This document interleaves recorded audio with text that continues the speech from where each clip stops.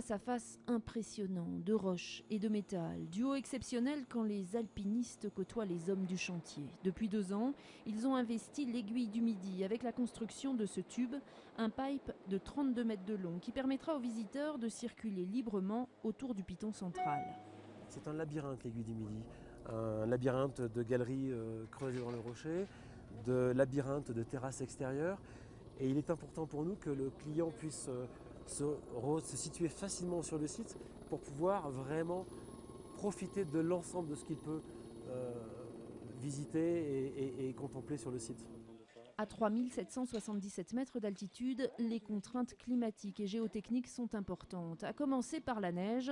Sur 4 ans de chantier, 20% du temps a été consacré au déneigement. L'ouvrage doit supporter 75 tonnes de glace. Que si l'on ramène ça avec les contraintes liées au frottement de la glace sur l'ouvrage, ça nous amène à 12 tonnes de charge au mètre carré sur la surface de l'ouvrage.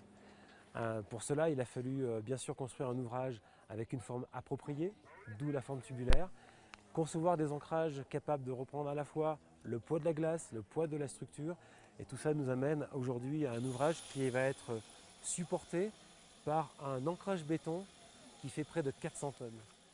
Nous, dans un premier temps, on a fait toute la partie maçonnerie, donc ouais, on a fabriqué, coulé du béton, mis en place des ferrailles, des ferraillages, tout ça. Enfin, ouais, une grosse partie génie civil.